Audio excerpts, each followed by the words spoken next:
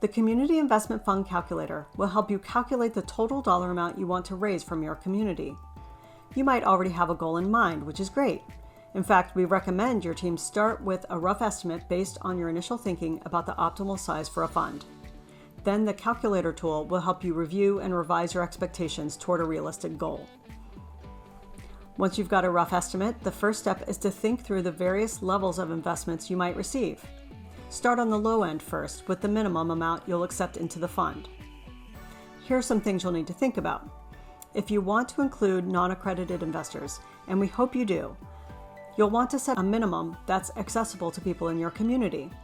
Maybe that number is $500, or maybe you can go as low as $250 or even $100.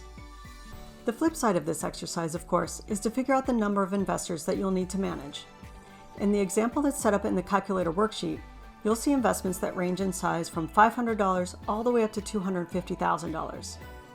In this particular scenario, it took nearly 1,000 investors to reach the $5 million fund goal. Getting that kind of community support is fantastic, and it will add cost and complexity to your fund management. This is precisely why we recommend going through this exercise early in your process, so that you can start thinking through all the factors involved and balance your expectations for the number of investors with the cost of managing them.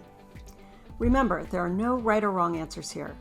The calculator tool is designed to be iterative, meaning you can test out different numbers to see what impact they might have on the final outcome. And while you're testing out different numbers, it's the perfect time to put your assumptions through a reality check.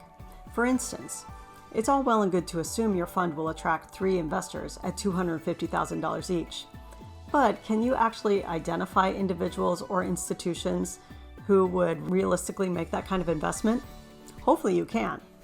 And to help you identify these prospective investors, there's a prospect list at the end of the calculator tool, so that you can start to build a target list of individuals and organizations to contact.